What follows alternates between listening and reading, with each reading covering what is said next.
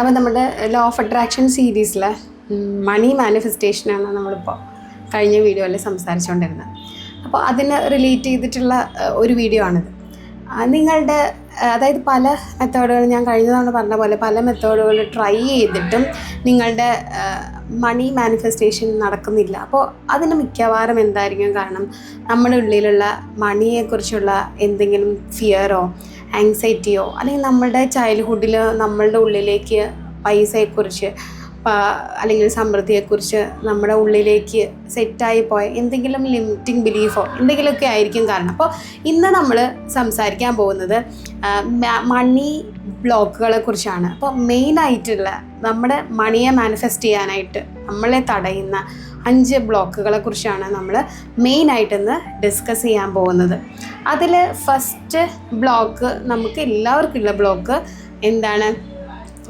പണം എന്ന് പറയുന്നത് ഒരുപാട് ബുദ്ധിമുട്ടിയാണ് നമുക്ക് കിട്ടുള്ളൂ എന്നുള്ള ഒരു ചിന്ത നമ്മുടെ എല്ലാവരുടെ ഉള്ളിലുണ്ട്. അതൊരു വലിയൊരു ബ്ലോക്കാണ്. അത് നമുക്ക് ഒരുപാട് ഹാർഡ് വർക്ക് ചെയ്യണം. നമ്മൾ ചെറുപ്പത്തിലേ പഠിപ്പിച്ചേക്കുന്നതാണ്. ഒരുപാട് ഹാർഡ് വർക്ക് ചെയ്താൽ മാത്രമാണ് നമുക്ക് പൈസ കിട്ടുള്ളൂ എന്നുള്ളത്. നമുക്ക് അങ്ങനൊരു ബ്ലോക്ക് നമുക്ക് ഓൾറെഡി സെറ്റ് ചെയ്ത് പല സാഹചര്യങ്ങളും അല്ലെങ്കിൽ നമ്മുടെ പാരൻസും ഒക്കെ നമ്മളെ പഠിപ്പിച്ചിരിക്കുന്ന ഒരു കാര്യമാണ്. അപ്പോൾ അതാണ് ഫസ്റ്റ് മണി ബ്ലോക്ക് എന്ന് പറയുന്നത്. ഇനി രണ്ടാമത്തെ ബ്ലോക്ക് എന്ന് പറയുന്നത് നമുക്ക് ഈ വളരെ റിലീജിയസ് ആവുന്ന സമയത്ത് അല്ലെങ്കിൽ റിലീജിയനായിട്ട് നമ്മൾ കണക്ട് ചെയ്യുമ്പോഴത്തേക്ക് നമുക്ക് തോന്നും എന്താണ്, ഒരുപാട് പണമുള്ളത് നല്ലതല്ല എന്നുള്ളൊരു അല്ലേ, നമുക്ക് എന്താണ് ഒരുപാട് ധനം കയ്യിലുള്ളത് നല്ലതല്ല, നമ്മളത് സ്വാർത്ഥനാക്കും, നമ്മളത് അത്യാഗ്രഹിയാക്കും, അല്ലെങ്കിൽ നമ്മളത് അഹങ്കാരിയാക്കും എന്നൊക്കെ ഉള്ളൊരു ചിന്ത. അതാണ് രണ്ടാമത്തെ ഒരു ബ്ലോക്ക്. അപ്പോൾ എനിക്ക് പൈസ കിട്ടിയാൽ ഞാൻ മോശക്കാരിയാവുമോ, അല്ലെങ്കിൽ ഞാൻ എൻ്റെ റൂട്ടുകൾ മറക്കുമോ, ഞാൻ എൻ്റെ റിലീജിയനെ മറക്കുമോ, ദൈവത്തിനെ മറക്കുമോ എന്നൊക്കെ പറഞ്ഞിട്ടുള്ള അത്തരം അതാണ് രണ്ടാമത്തെ മണി ബ്ലോക്ക് എന്ന് പറയുന്നത്. ഇനി മൂന്നാമത്തെ മണി ബ്ലോക്ക് എന്ന് പറയുന്നത് I am not good at money, അല്ലെങ്കിൽ ഗുഡ് അറ്റ് സ്പെൻഡിങ് മണി. എനിക്ക് മണി മാനേജ് ചെയ്യാൻ അറിയില്ല എന്നുള്ളൊരു പേടി ഉണ്ടാവും ചിലർക്ക് ബാങ്കിൽ ബാലൻസ് നോക്കാൻ തന്നെ ആങ്സൈറ്റി ഉള്ള ആൾക്കാരുണ്ടാവും. അപ്പോൾ കേൾക്കുമ്പോൾ പൊതുവായിട്ടുള്ള ആളുകൾക്ക് തോന്നും ഇതൊക്കെ ഇത്ര പൈസ ഉള്ളത് പ്രശ്നമാണ്. പക്ഷെ അല്ല, അതിനെ പോലും പേടിക്കുന്ന ആൾക്കാരുണ്ട്. അതൊക്കെ വളരെ നോർമലാണ്. അപ്പോൾ എനിക്ക് മണി മാനേജ് ചെയ്യാൻ അറിയില്ല എന്ന് വിചാരിച്ച് അതുകൊണ്ട് ഉണ്ടാവുന്ന ബ്ലോക്കാണ് മണി ബ്ലോക്ക് എന്ന് പറയുന്നത്.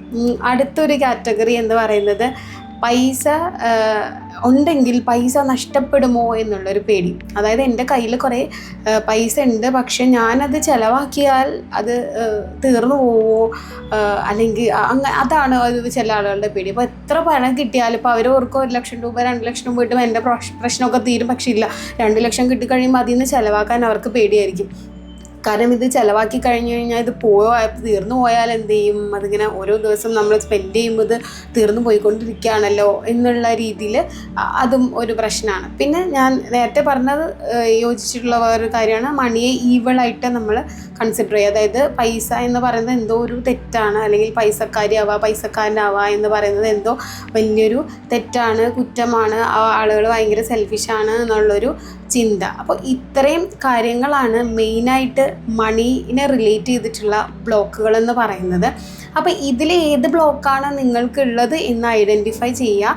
ഏത് ബ്ലോക്കാണെങ്കിലും രാവിലെ എഴുന്നേൽക്കുമ്പോൾ നിങ്ങൾ അഫർമേഷൻ പറയുക. എന്താണ്, എനിക്ക് മണിയെക്കുറിച്ചുള്ള പല ബിലീഫ് സിസ്റ്റം ഉണ്ടെങ്കിലും ഞാൻ അതെല്ലാം ലെറ്റ് ഗോ ചെയ്യാൻ റെഡിയാണ്.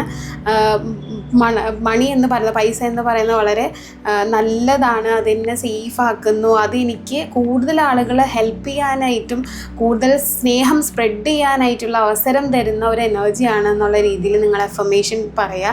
പിന്നെ ഇനിയും പൈസയെക്കുറിച്ച് ഫിയർ ഉള്ള ആളുകൾ, അല്ലെങ്കിൽ പൈസയെക്കുറിച്ച് ആലോചിക്കുമ്പോഴും ഒരു ബുദ്ധിമുട്ടും ആങ്സൈറ്റിയും തോന്നുന്ന ആളുകൾ നിങ്ങളുടെ കൂട്ടത്തിലുണ്ടെങ്കിൽ തീർച്ചയായിട്ടും EFT ആണ് ഏറ്റവും നല്ല. ഏത് ബ്ലോക്കിനും ഏത് ഫിയറിനും ഏറ്റവും നല്ല ഒരു ടെക്നിക്ക് എന്ന് പറയുന്നത് ഇമോഷണൽ ഫ്രീഡം ടെക്നിക്ക് അഥവാ EFT ആണ്. അപ്പോൾ ഇങ്ങനത്തെ ബ്ലോക്കുകൾ നിങ്ങൾ മണിയെ അട്രാക്റ്റ് ചെയ്യാനായിട്ട് ബുദ്ധിമുട്ടിക്കുന്നുണ്ട് എന്നുണ്ടെങ്കിൽ തീർച്ചയായിട്ടും EFT ചെയ്യാവുന്നതാണ്. EFTനെ കുറിച്ചുള്ള ഒരു ഓവർവ്യൂ എന്നല്ല, എൻ്റെ ആ EFT വീഡിയോ നിങ്ങൾക്ക് പ്ലേലിസ്റ്റിൽ കാണാം. EFTൻ്റെ എല്ലാ കാര്യങ്ങളും, അതായത് ആ ഒരു വീഡിയോ നിങ്ങൾ കാണുക, അതിനൊപ്പം പ്രാക്ടീസ് ചെയ്യുക. അപ്പോൾ കുറച്ചൊക്കെ നമുക്ക് അല്ലെങ്കിൽ ആ പ്രാക്ടീസ് കൊണ്ട് കുറച്ചൊക്കെ നിങ്ങൾക്ക് നേടാൻ പറ്റും, അല്ലെങ്കിൽ നിങ്ങൾക്ക് ഓവർകം ചെയ്യാൻ പറ്റും. ഇല്ലെങ്കിൽ നല്ലൊരു EFT പ്രാക്ടീഷണറിൻ്റെ കീഴിൽ നിങ്ങൾ ഈ ഒരു കാര്യം അല്ലെങ്കിൽ എന്താണ് നിങ്ങളെ ബ്ലോക്ക് ചെയ്യുന്നതെന്ന് ഐഡൻറ്റിഫൈ ചെയ്യുക, എന്നിട്ട് EFT പ്രാക്ടീസ് ചെയ്യാവുന്നതാണ്. അപ്പോൾ ഇതൊക്കെയാണ് നിങ്ങളുടെ ബ്ലോക്കുകൾ. ഇത് ജസ്റ്റ് ഏതൊക്കെയാണെന്നുള്ളത് നിങ്ങൾ തിരിച്ചറിയുക, നമ്മൾ റിയലൈസ് ചെയ്യുക എന്നുള്ളതാണ് ഏറ്റവും പ്രധാനപ്പെട്ട കാര്യം. അപ്പോൾ ഇതിലേതാണ് നിങ്ങൾ പണത്തിൽ നിന്ന് അകറ്റി നിർത്തുന്നത് എന്നുള്ളത് ഐഡൻറ്റിഫൈ ചെയ്യുക. അതിന് വേണ്ടിയിട്ട് നിങ്ങൾ അഫർമേഷൻസ് പറയുക, EFT ചെയ്യുക.